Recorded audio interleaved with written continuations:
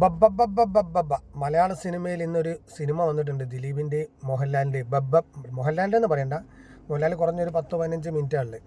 പിന്നെ ദിലീപിൻ്റെ എന്ന് തന്നെ പറയാം. ബബ്ബബ്ബബ്ബ എന്ന പേര് പോലെ തന്നെ ഇതുപോലൊരു നശിച്ച പടം. രാവിലെ 8 മണിക്ക് മുക്കം പി സി പോയത് ആ സിനിമ കാണാൻ. മുക്കം പി സിന്ന് കാണാൻ. ഇത് സർക്കസ് സ്ക്രീനിലിങ്ങനെ കളറും ഇതൊക്കെ കയറ്റി ഷോ കാണിക്കുക. കുറേ നടന്മാരുണ്ടല്ലോ അതിൽ. കാരണം നടിമാരാരുമില്ല, അതുകൊണ്ട് ചീത്തപ്പേരില്ല അവർക്ക്. കാരണം നായികമാരില്ലാത്ത സിനിമയാണ്. പിന്നെയെന്ന് വെച്ചാൽ അങ്ങനെ കഥാപാത്രങ്ങളൊന്നുമില്ല. ഒക്കെ ആണുങ്ങളെ ഒരു അയിഞ്ഞാട്ടമാണ് ഈ സിനിമയിൽ മുഴുവനായിട്ട് കാണുന്നത്.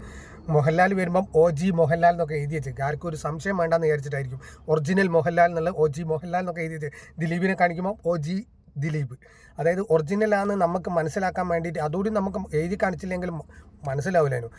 എന്തൊരു തല്ലിപ്പൊളി പടമാണ്. പിന്നെ ഈ സിനിമയുടെ പ്രൊഡ്യൂസർ ഗോകുലം ഗോപാലട്ടൻ നല്ല, കാരണം എന്ന് വെച്ചാൽ മൂപ്പരാന്ന് തോന്നുന്നു ഇതിൽ 2-3 കുറഞ്ഞ സമയം അഭിനയിച്ചത്. അതുകൊണ്ട് കശിൻ്റെ പൈസ പോയി എന്നുള്ളൊരു ഇത് വേണ്ട. കാരണം മോൻ കാണിച്ച സ്ക്രീനിൽ കൂടി ഇങ്ങനെ മോഹൻലാലിൻ്റെ കൂടെ ഇങ്ങനെ മീശൊക്കെ വെച്ചിട്ട് ഗോകുലം ഗോപാലനാണെന്നാണ് തോന്നുന്നു ഇതിൻ്റെ പ്രൊഡ്യൂസർ. ഏതായാലും ഇതുപോലൊരു തല്ലിപ്പൊളി പടം ഞാൻ കണ്ടില്ല എന്ന് വെച്ചാൽ എന്ത് തള്ളി മറിച്ചിട്ടാണ് കേരളത്തിൽ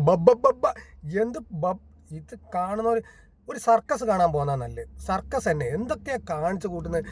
പിന്നെ വിനീത് ശ്രീനിവാസൻ വരുമ്പോൾ സ്ലോ മോഷനിൽ പോകുന്നു, കുറേ സ്ലോ മോഷൻ ഇങ്ങോട്ട് ആക്കിയിട്ട് എന്താണ് ദിലീപിൻ്റെ അയിഞ്ഞാട്ടം സ്ക്രീനിൽ. എന്താ കഥ എന്ന് വെച്ചാൽ, എന്താ പണ്ടൊരു മന്ത്രിനെ തട്ടിക്കൊണ്ടുപോകുന്ന CID മൂസ, അതേപോലെ തന്നെ ഒരു മന്ത്രി, കേരളത്തിൻ്റെ ഒരു മന്ത്രിനെ തട്ടിക്കൊണ്ടുപോകുന്നു, അല്ല മുഖ്യമന്ത്രിനെ തട്ടിക്കൊണ്ടുപോകുന്നു.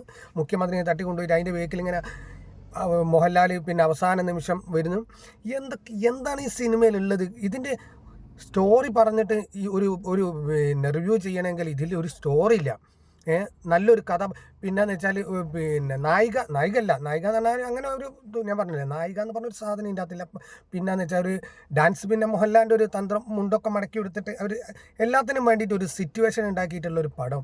പിന്നെന്ന് വെച്ചാൽ കോമഡി അല്ല, ട്രാജഡി എന്ന് പറയാം. ഇത്രയും ഒരു തല്ലിപ്പൊളി പടം ബബ്ബബ്ബ അടിച്ച് തിയേറ്ററിൽ നിന്ന് ഇത്രയും സമയം 8 മണിക്ക് മുക്കം PC പോയി കണ്ടതാണ്. 8 മണി മുതൽ ഇതപ്പം സിനിമ കഴിഞ്ഞു പുറത്തിറങ്ങിയതാണ്. കണ്ടവർ അവസാനം സിനിമ തീരായിട്ട് ആളുകൾ കൂക്കി വിളിക്കുക, തിയേറ്ററിൽ നിന്ന് കൂക്കി വിളിക്കുക, മുക്കം PCന്ന് കൂക്കി വിളിക്കുക. തീർന്നാൽ എഴുന്നേറ്റ് പോകാൻ വേണ്ടിയിട്ട്. തീരണ്ടേ?